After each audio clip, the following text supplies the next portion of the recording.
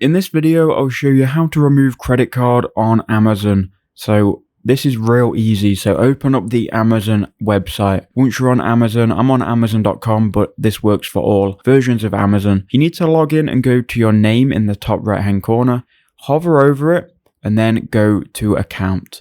Once you're inside of account, you can then look for the payments section. So here we are in account, and what we can do is go to your payments, and that will take us to this window where it will essentially show you all of your cards and accounts that are on file. Now you need to click on any card that you want to delete. So mine are blurred here, but I'm going to click on this card. That will then load up the card to the right, and you can then click on edit. Then once you've clicked on edit, this window will appear and you can click on the remove from wallet icon down here. Then you just have to confirm that you do want to remove that card. So click remove.